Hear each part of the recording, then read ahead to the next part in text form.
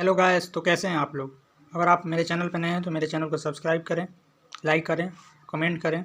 और आज हम लोग 12th का फिजिक्स का मोस्ट इम्पोर्टेंट ऑब्जेक्टिव देखेंगे जो कि बिहार बोर्ड में आएगा और क्वेश्चन बिहार बोर्ड का सारा यहीं से आता है। चलिए तो देखते हैं। पहला क्वेश्चन है हमारा, विद्युत हीटर में किस तत्व का व्यवहार किया जाता है। जी हाँ, विद्युत हीटर में किस तत्व का व्यवहार किया जाता है। तो पहला का आंसर होगा नाइक्रोम। विद्युत हीटर में नाइक्रोम का व्यवहार किया जाता है। दूसरा क्वेश्चन है, दूरदृष्टि दोष को दूर करने के लिए प्रयुक्त लेंस होता है। तो दूरदृष्टि दोष को दूर करने के लिए प्रयुक्त लेंस हम लोग उत्तल लेंस का उपयोग करते हैं। तीसरा क्वेश्चन, लेंस के नियम का संबंध है। लेंस का नियम का संबंध है तो ये आप लोग याद रखिएगा ऊर्जा से। एम्पियर घंटा, चौथा क्वेश्चन, एम्पियर घंटा किसका मात्रक है। तो एम्पियर घंटा आवेश का मात्रक होता है। उसके बाद पी टाइप के अर्धचालक में मुख्य धारा वाहक होती है। पी टाइप के अर्धचालक में मुख्य धारा वाहक होल होती है। उसके बाद नेक्स्ट क्वेश्चन देखेंगे, एन टाइप के अर्धचालक में मुख्य धारा वाहक होती है। एन टाइप के अर्धचालक में मुख्य धारा वाहक इलेक्ट्रॉन होती है। नेक्स्ट क्वेश्चन देखेंगे, किलोवाट घंटा किसका मात्रक होता है। किलोवाट घंटा ऊर्जा का मात्रक होता है। उसके बाद नेक्स्ट क्वेश्चन देखेंगे, इलेक्ट्रॉन वोल्ट द्वारा मापा जाता है। जी हाँ, इलेक्ट्रॉन वोल्ट द्वारा क्या मापा जाता है। तो इलेक्ट्रॉन वोल्ट द्वारा ऊर्जा मापा जाता है। उसके बाद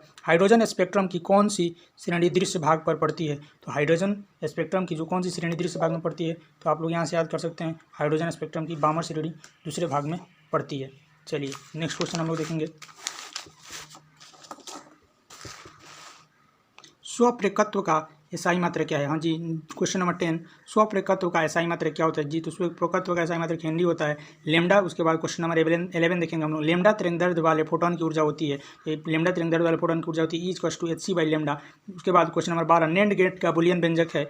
जी, नैंड गेट का बुलियन व्यंजक Y=A.B का बार, इसको हम लोग बार बोलते हैं। और गेट का बुलियन व्यंजक है, और गेट का बुलियन व्यंजक हो जाएगा Y=A+B। उसके बाद क्वेश्चन 14 देखेंगे हम लोग, एंड गेट का बुलियन व्यंजक है। एंड गेट का बुलियन व्यंजक A.B हो जाएगा। और क्वेश्चन नंबर 15 देखेंगे, नॉर गेट का बुलियन व्यंजक है। नॉर गेट का बुलियन व्यंजक Y=A+B का बार हो जाएगा। नॉट गेट का बुलियन व्यंजक है। नॉट गेट का बुलियन व्यंजक आप लोग Y=A का बार याद कर सकते हैं। आवेश की बीमा होती है। आवेश की बीमा आप लोग याद करते हैं, Q=IT होता है, तो वहीं से बीमा AT हो जाती है। आवेश की बीमा 2019 का BSEB का क्वेश्चन भी है। ध्रुव प्रबलता का क्वेश्चन नंबर 18 देखेंगे, ध्रुव प्रबलता का एसआई मात्रक होता है। ये ध्रुव प्रबलता का एसआई मात्रक होता है एम्पियर मीटर। क्या होता है, एम्पियर मीटर। ए से एम्पियर, एम से यहाँ पे हो जाएगा मीटर।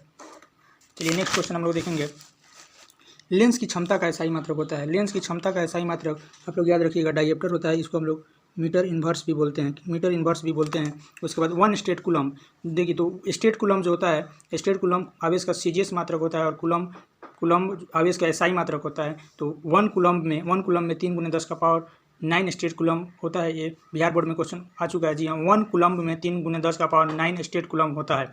उसके बाद अगला क्वेश्चन नंबर 20 देखेंगे, जब प्रकाश की किरण किसी गिलास स्लेब में प्रवेश करती है तो इसका तरंगदैर्ध्य, जब प्रकाश की किरण किसी गिलास स्लेब में प्रवेश करती है तो इसका तरंगदैर्ध्य घटता है। उसके बाद नेक्स्ट क्वेश्चन है, प्रतिघात का एसआई मात्रक क्या है। जी, प्रतिघात का एसआई मात्रक ओम होता है, और प्रतिरोध का भी आप याद कर सकते हैं, प्रतिरोध का भी ओम ही होता है। ओम का अगर आप लोग साइन देखना चाहें तो आप लोग ऐसे देख सकते हैं, ओम का साइन ऐसे होता है, ओम का साइन। ठीक है, प्रतिघात का एसआई, सॉरी यहाँ पे गलती हो गया, यहाँ पे हमको नहीं लिखना था, हमको यहाँ पे लिखना था। तो प्रतिघात का एसआई मात्रक ओम होता है। विद्युतीय परिपथ के किसी बिंदु पर सभी धाराओं के बीच गणितीय योग कितना होता है। विद्युतीय परिपथ के किसी बिंदु पर सभी धाराओं का योग बीच गणितीय योग 0 होता है। मुक्त आकाश का परावैद्युतांक कितना होता है। जी, तो मुक्त आकाश का परावैद्युतांक होता है 8.85 × 10⁻12 FM इनवर्स। विद्युत परिपथ की शक्ति होती है, विद्युत परिपथ की शक्ति होती है V²/R। विद्युत परिपथ की शक्ति होती है V²/R। प्रकाश के अनुप्रस्थ तरंग प्रकृति पुष्टि करता है क्या, ध्रुवण को। एक पतले फिल्म के रंग का कारण है व्यक्तिकरण। एक पतले फिल्म के रंग का कारण है व्यक्तिकरण। जितना क्वेश्चन मैं आप लोग को बता रहा हूँ वो सारा क्वेश्चन एग्जाम में पहले आ चुके हैं या आएंगे। डायनेमो डायनेमो किस सिद्धांत पर कार्य करता है। डायनेमो आप लोग याद रखिएगा, विद्युतीय चुंबकीय प्रेरण पर काम करता है।